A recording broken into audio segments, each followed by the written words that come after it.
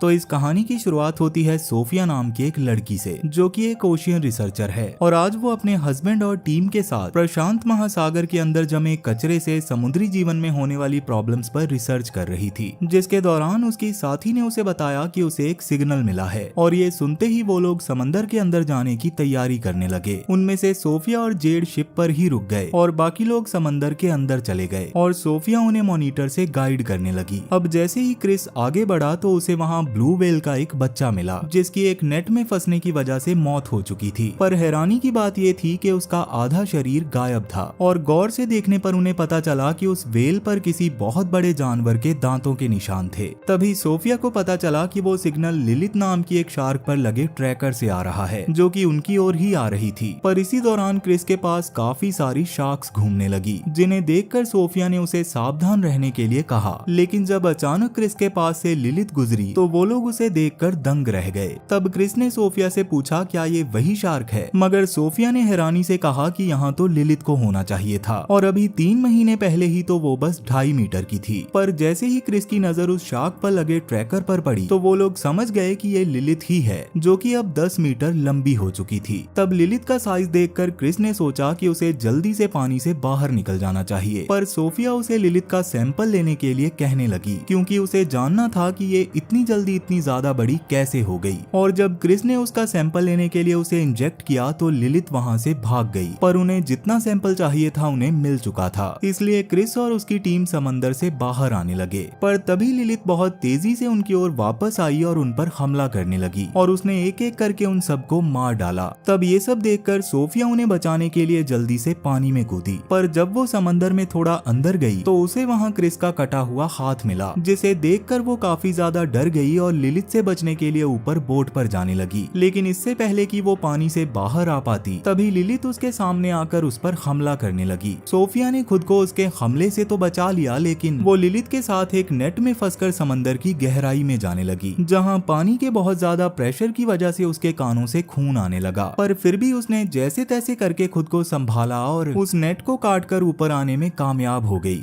तो अब यहाँ से कहानी 3 साल आगे बढ़ती है, जहाँ पेरिस की सेन नदी के अंदर 2 लड़के कुछ ढूंढ रहे थे, क्योंकि उन्हें भरोसा था कि वहाँ से उन्हें कुछ ना कुछ कीमती जरूर मिलेगा। लेकिन तभी अचानक उनकी मैग्नेट काफी भारी हो गई, इसलिए उन्होंने जल्दी से उसे बाहर निकाला। मगर जब उन्होंने उस सामान को देखा तो वो दंग रह गए, क्योंकि इस नदी के अंदर से उन्हें एक मिसाइल मिली थी, जिसे देखकर वो लोग डर गए और उन्होंने बिना किसी देरी के पुलिस को बुला लिया। जिसके बाद पुलिस वहाँ आकर छानबीन करने लगी और उनमें से आदिल नाम के एक ऑफिसर ने रिपोर्टर्स को बताया कि इसमें डरने वाली कोई बात नहीं है, क्योंकि अब तक इस नदी से 100 से भी ज्यादा मिसाइल्स और बॉम्ब मिल चुके हैं। तब उस रिपोर्टर ने आदिल से पूछा कि इतने सारे बॉम्ब पेरिस में कैसे आए। तो आदिल ने कहा ये बॉम्ब वर्ल्ड वॉर 2 के हैं, जो पानी में बहकर यहाँ आ गए। पर इसमें चिंता करने वाली कोई बात नहीं है, क्योंकि ये सारे बॉम्ब और मिसाइल खराब हो चुके हैं। अब इसके बाद सीन शिफ्ट होता है सोफिया पर, जिसने शार्क्स पर रिसर्च करना छोड़ दिया था और अब वो बच्चों को समुद्री जीवन के बारे में जानकारी देती है।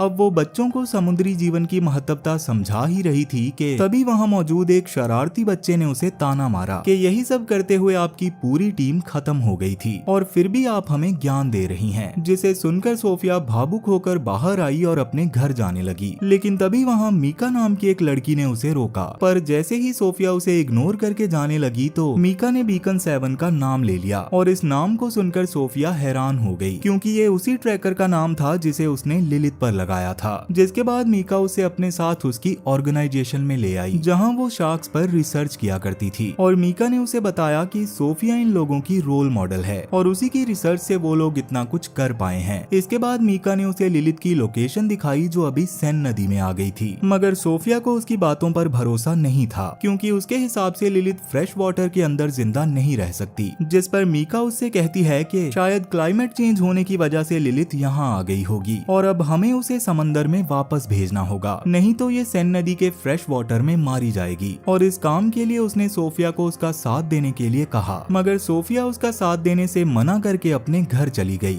अब घर आकर वो अपने लैपटॉप पर उन आखिरी वीडियोस को देखने लगी जब उसकी टीम पर लिलित ने हमला किया था, जिन्हें देखकर वो काफी इमोशनल हो गई। पर इसके बाद जैसे ही उसने लिलित की लोकेशन देखी तो वो हैरान रह गई, क्योंकि लिलित सच में सेन नदी में आ चुकी थी और अब लिलित पेरिस के लोगों के लिए खतरा बन गई है, इसलिए सोफिया ने उसे पकड़ने का फैसला कर लिया। दूसरी ओर मिका और बेन लिलिथ की लोकेशन को ट्रैक करके सेन नदी के अंदर पहुंच गए, जहां मिका ने जब पानी के अंदर डाइव की तो उसे वहां हाल ही में क्रैश हुई एक कार मिली, जिस पर किसी बहुत बड़े जानवर के दांतों के निशान थे। वहीं ऊपर बेन ने देखा कि वहां पुलिस आ गई थी, इसलिए वो मिका की रस्सी खींचने लगी, लेकिन मिका ने उस रस्सी को डी अटैच कर दिया। मगर पुलिस के डर से बेन वहां से बोट लेकर भाग गई और थोड़ी देर बाद ऊपर आने की वजह से मिका पुलिस के हाथ लग गई और पुलिस उससे पूछताछ करने के लिए उसे अपने साथ ले जाने लगी। दूसरी ओर सोफिया लिलिथ को ट्रैक करते हुए उस जगह पहुंच गई जहां पुलिस मिका को पकड़कर ले जा रही थी। तब आदिल बोट को लेकर एंजल्स नाम की एक जगह गया, जहां उसका दोस्त एडवर्ड उसका इंतजार कर रहा था और आदिल उसको कुछ सामान देकर सीधा पुलिस स्टेशन की ओर निकल गया। वहीं सोफिया जब उस जगह पहुंची तो वहां उसे कोई नहीं मिला, लेकिन एडवर्ड का कुत्ता बार बार नदी की ओर देखकर भौंक रहा था। सोफिया को ये सब काफी अजीब लग रहा था, जैसे यहाँ कोई अनहोनी हुई हो, जिसके बाद वो अपने घर चली गई। अब अगली सुबह आदिल मिका से पूछता है कि तुम वहाँ क्या कर रही थी, तो मिका ने उसे बताया कि सेन नदी में एक जानलेवा शार्क है, पर आदिल को उसकी बात पर यकीन नहीं होता। दूसरी ओर सोफिया जो लिलिथ को ट्रैक कर रही थी, अचानक उसे आदिल की कॉल आती है और वहाँ पहुँचने पर उसे पता चला कि आदिल को कॉल करने के लिए मिका ने कहा था। तभी आदिल ने नदी के किनारे मिली एडवर्ड की बॉडी को देखा, जिसका आधा शरीर गायब था, और वो सोफिया से पूछता है क्या इस पर शार्क ने हमला किया। तब थोड़ी देर देखने के बाद सोफिया ने इस बात को कंफर्म किया कि ये काम लिलिथ ने ही किया है।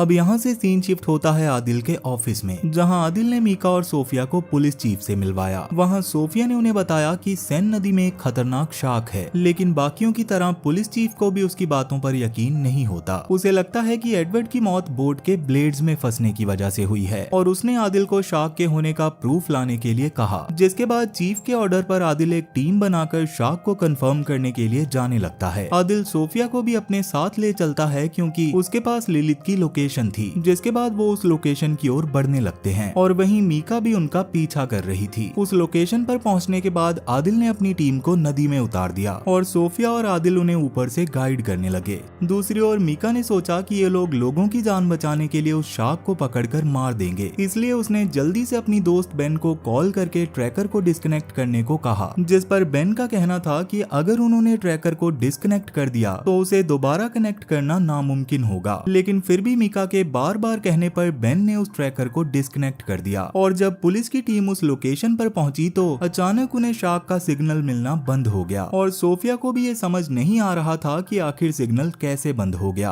पर तभी उन्हें पानी में किसी बहुत बड़े जीव के होने का एहसास होने लगा, इसलिए आदिल फौरन अपनी टीम को ऊपर खींचने लगा और लिलिथ के हमला करने से पहले ही वो लोग बोट पर वापस आ गए। वो सभी इस वक्त काफी ज्यादा घबराए हुए थे क्योंकि उन्हें यकीन हो गया था कि पानी में कुछ तो जरूर है। तभी उनमें से एक ऑफिसर ने आदिल को सोनार डिवाइस चेक करने के लिए कहा और जब आदिल ने सोनार को चेक किया तो वो शॉक हो जाता है क्योंकि सोनार के मुताबिक एक 20 मीटर लंबी शार्क उस नदी में घूम रही थी। तब आदिल को सोफिया पर शक हुआ कि उसने ही ट्रैकर को बंद किया होगा, इसलिए वो सोफिया को धक्का मारकर वहां से भगा देता है। अब इस सब के बाद सोफिया मिका के ऑफिस गई और उस ट्रैकर को बंद करने के लिए उस पर गुस्सा करने लगी, जिस पर मिका उससे कहती है कि तुम तो उस शार्क को मारना चाहती हो। पर सोफिया ने कहा कि वो शार्क किसी को भी अपना दोस्त नहीं मानती। 3 साल पहले मैंने भी कोशिश की थी, पर उस वक्त क्या हुआ था ये तुम्हें अच्छे से पता है। तो मिका उससे कहती है कि उसमें भी आपकी ही गलती थी क्योंकि आपको उस शार्क के पास नहीं जाना चाहिए था। और ये सुनकर सोफिया उससे नाराज होकर वहाँ से चली गई।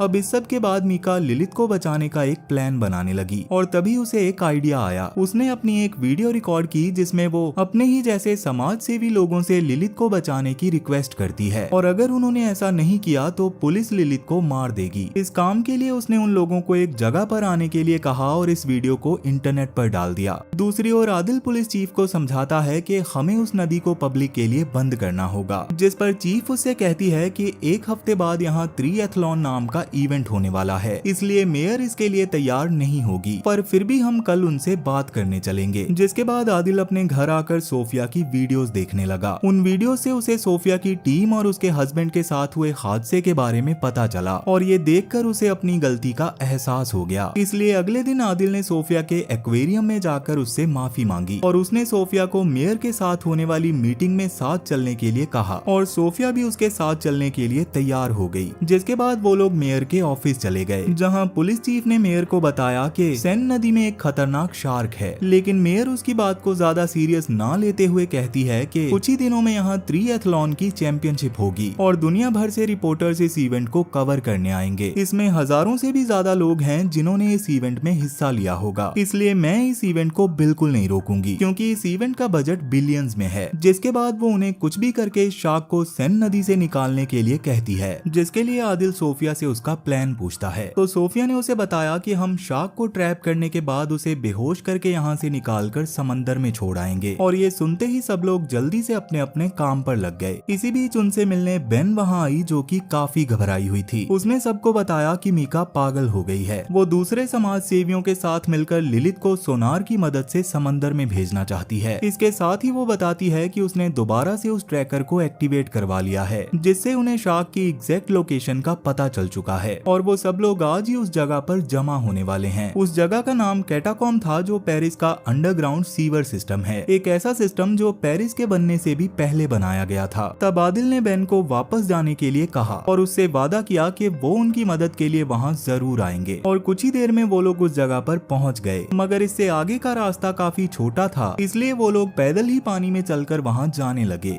वहीं दूसरी ओर मीका बाकी समाज सेवियों के साथ पहले ही वहाँ पर पहुँच गई थी, जिसके बाद वो पानी में सोनार लेकर उतर गई। उसे उम्मीद थी कि सोनार की मदद से लिलित समंदर में वापस चली जाएगी। तभी आदिल वहाँ पहुंचकर सबको उस जगह से निकलने के लिए कहने लगा, जबकि मीका अब भी पानी में ही थी। तभी लिलित मीका के पास आई, जो अब पहले से बहुत ज्यादा बड़ी हो गई थी, और उसे देखकर सब लोग डरने लगे। इसी दौरान लिलित का एक बच्चा मीका के पास आया और मीका उसे प्यार से छूने लगी, लेकिन सोफिया ने उसे ऐसा करने से मना किया क्योंकि लिलित इससे घबरा जाएगी। मगर मीका ने उसकी बात नहीं सुनी। तभी लिलित गुस्से में पानी के अंदर चली गई और ये देखकर आदिल मीका को बचाने के लिए खुद भी पानी के अंदर कूद गया। पर इससे पहले कि आदिल उसे बचा पाता, लिलित ने मीका पर हमला करके उसे मार दिया और ये देखकर डर के मारे लोगों में भगदड़ मच गई। भले ही पुलिस ऑफिसर कुछ लोगों की जान बचाने में कामयाब हो गए थे, पर फिर भी बहुत सारे लोगों के साथ कुछ ऑफिसर्स भी शार्क का शिकार बन गए और इसी बीच बेन को भी एक शार्क ने मार दिया।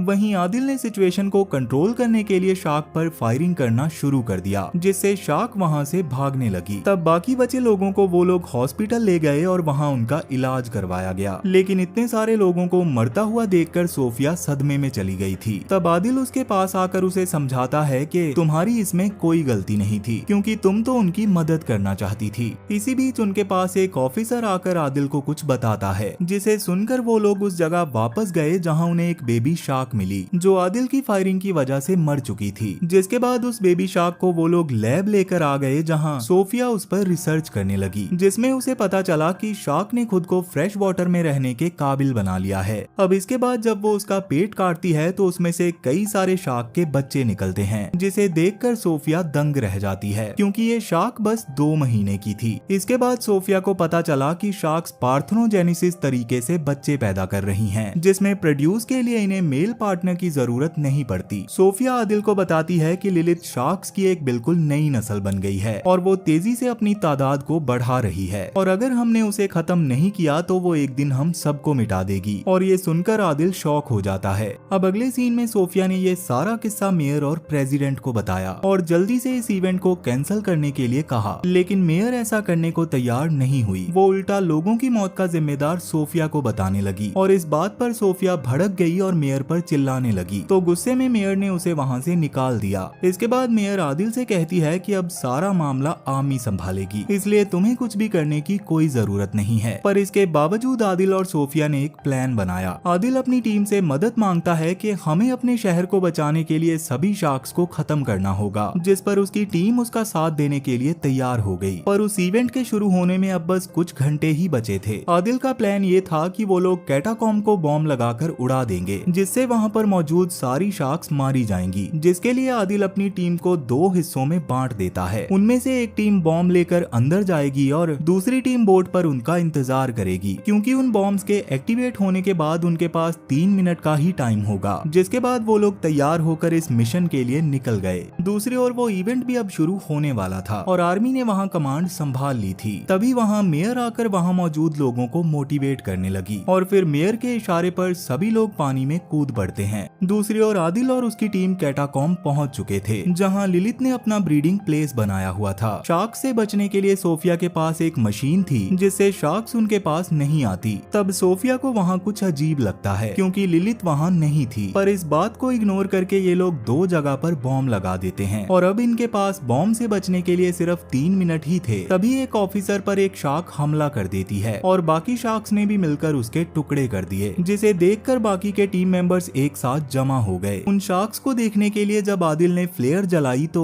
वो लोग उनकी तादाद देखकर हैरान रह गए क्योंकि शार्क्स की तादाद हजारों में थी। और एक दिक्कत वाली बात ये थी कि शार्क ने जिस ऑफिसर पर अटैक किया था बॉम्ब का ट्रिगर डिवाइस उसी के पास था। तब एक ऑफिसर उस डिवाइस को उठाने के लिए आगे बढ़ता है और उसे उठाकर जल्दी से बटन दबा देता है, पर उसके वापस आने से पहले ही शार्क्स ने उस पर हमला करके उसके टुकड़े कर दिए। अब कुछ ही सेकंड्स में बॉम्ब फटने वाले थे तो सोफिया आदिल को पकड़कर वहाँ से निकालने लगी, जिसके दौरान वहाँ एक ब्लास्ट हो गया और आदिल काफी घायल हो गया। पर सोफिया किसी तरह आदिल को लेकर सेफली बाहर आ गई, जिसके बाद सोफिया आदिल को बोट पर चढ़ाकर खुद वापस चेक करने गई कि ब्लास्ट में कोई जिंदा बचा है या नहीं। मगर सोफिया जैसे ही वहाँ पहुंची तो उस जगह को चीरते हुए लिलित बाहर आ गई, जिसे देखकर सोफिया बहुत ज्यादा डर गई। लिलित अपने बच्चों की मौत की वजह से काफी गुस्से में थी, इसलिए लिलित ने टीम मेंबर्स की बोट पर हमला करके उसे पलट दिया। वहीं सोफिया उनकी मदद करने के लिए आगे बढ़ी, पर तब तक लिलित उन 2 टीम मेंबर्स को अपना शिकार बना चुकी थी। पर सोफिया ने आदिल को लेकर पलटी हुई बोट पर आकर अपनी जान बचा ली, जिसके बाद लिलित सेफ्टी नेट को तोड़कर स्विमर्स की ओर बढ़ने लगी और उसने एक एक करके उन स्विमर्स पर हमला करना शुरू कर दिया। तब ये देखकर सभी स्विमर्स रुक गए क्योंकि उन्हें ये समझ नहीं आ रहा था कि यहाँ क्या चल रहा है। मगर तभी लिलित ने एक स्विमर पर हमला कर दिया, जिससे नदी का पानी लाल हो गया और ये सब देखकर बाकी लोग डर गए और वहाँ भगदड़ मच गई। तब सिचुएशन को देखकर आर्मी कमांडर फौरन वहाँ पहुंचा और लिलित पर गोलियां बरसाने लगा। मगर ये देखकर आदिल उन्हें फायरिंग करने से मना करता है क्योंकि उस नदी में पड़े वर्ल्ड वॉर 2 के काफी सारे बॉम्ब और मिसाइल्स अब भी एक्टिव थे। लेकिन आर्मी कमांडर ने उसकी एक नहीं सुनी और वो लगातार लिलित पर फायरिंग करता रहा, जिससे लिलित वहाँ से भाग गई। इसी बीच गोली लगने की वजह से बॉम्ब शेल ऊपर उठ जाते हैं और एक शेल वापस नीचे आकर एक्टिव होकर फट जाता है, जिससे सब लोग काफी डर गए और उस ब्लास्ट की वजह से बाकी बॉम्ब्स भी ब्लास्ट होना शुरू हो गए थे। इन धमाकों की वजह से नदी में सुनामी आ गई और सब लोग इसकी चपेट में आ गए और देखते ही देखते पूरा पेरिस पानी में डूब गया। जिसके कुछ घंटों के बाद सोफिया को आदिल बहुत बुरी हालत में मिला तो वो उसे लेकर एक बिल्डिंग के टॉप पर आ गई, जहां आदिल को अब होश आ गया था। और तभी वो लोग देखते हैं कि उनके पास हजारों बेबी शार्क्स घूम रही थी और वहीं उन्हें लिलित भी दिखाई दी, जिससे सोफिया और आदिल समझ जाते हैं कि उसने और भी कई जगहों को अपना ब्रीडिंग प्लेस बनाया हुआ था। इस वक्त पूरा पेरिस पानी में डूबा हुआ था और पानी में शार्क्स घूम रही थी और इसी मिस्ट्री के साथ ये कहानी यहीं पर खत्म हो जाती है। तो वीडियो पसंद आई हो तो वीडियो को लाइक जरूर करना और अगर आपको ऐसी कहानियां पसंद हैं तो जल्दी से इस चैनल को सब्सक्राइब कर लो और मैं अब आपसे मिलूंगा ऐसी ही एक और इंटरेस्टिंग वीडियो के साथ। और तब तक के लिए tata bye bye, Radhe Radhe.